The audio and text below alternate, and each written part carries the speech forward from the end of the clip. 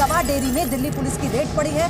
Delhi police की special cell की ये रेड है। जगजीत और नौशाद, जिनके बारे में कल जी न्यूज ने आपको बताया था, उन्हीं के ठिकानों पर ये छापेमारी हुई है। जहांगीरपुरी से कल इन्हें गिरफ्तार किया गया था और इनके फ्लैट से हथियार बरामद हुए हैं। जगजीत और नौशाद ये नाम है इन दोनों के। इन संदिग्धों को कल जहांगीरपुरी से गिरफ्तार किया गया था। हैंड ग्रेनेड बरामद हुए हैं इनके फ्लैट से। अब पूछताछ के बाद ये छापा मारा गया और ये बड़ी बरामदगी हुई है। देर रात एफएसएल की टीम को बुलाया गया था। भलसवा डेयरी के घर से खून के नमूने भी मिले हैं। फ्लैट में किसी के मर्डर की आशंका जताई जा रही है, ये सूत्र बता रहे हैं। तो ये इस वक्त की बहुत बड़ी अपडेट है। कल इन दो संदिग्धों की गिरफ्तारी और इनकी ही निशानदेही पर इनके फ्लैट से हथियारों की बरामदगी और उसके बाद खून के धब्बे, यानी मर्डर को भी अंजाम दिया जा सकता होगा, ऐसी आशंका है, ये सूत्र बता रहे हैं। तो ये इस वक्त की बहुत बड़ी अपडेट है। क्या आप स्टैंड अप इंडिया योजना के तहत 1 करोड़ का लोन लेकर अपना खुद का बिजनेस शुरू करना चाहते हैं?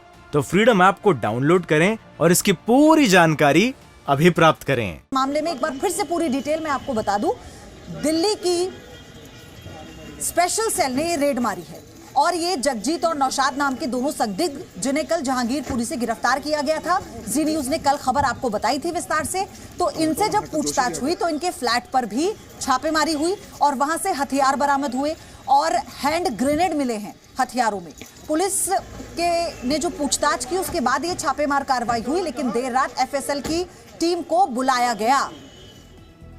तो दिल्ली में संदिग्धों की गिरफ्तारी होती है। सिलसिलेवार तरीके से इस खबर को समझिए। पूछताछ के बाद भलसवा डेयरी में पुलिस की रेड पड़ती है। कैसे पर्दाफाश हुआ पूरी साजिश का? पुलिस ने छापेमारी में हथियार बरामद किए, ग्रेनेड बरामद हुए हैं इनके फ्लैट से। पुलिस को घर से खून के निशान भी मिले हैं। ये बड़ी अपडेट है इस पूरे मामले में।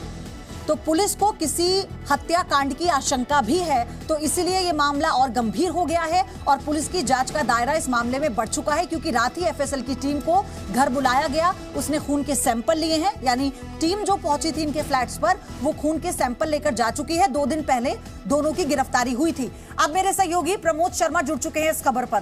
प्रमोद, ये बहुत बड़ा खुलासा है। सबसे बड़ी बात है कि खून के धब्बे मिलना फ्लैट से, ग्रेनेड बरामद होना।